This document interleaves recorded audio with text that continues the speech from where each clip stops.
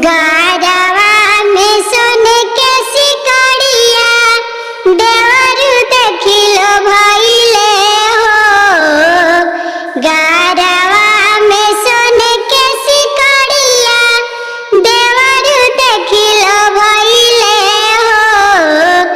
ई मत जानी है देवरु भैया परदेसिया हो।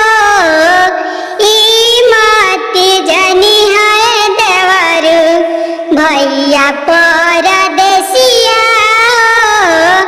बगले में कटिया थाना बने बचे हलखनवा हो।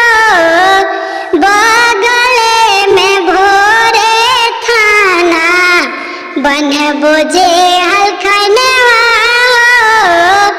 गारवा में सोन के सिकड़िया देवा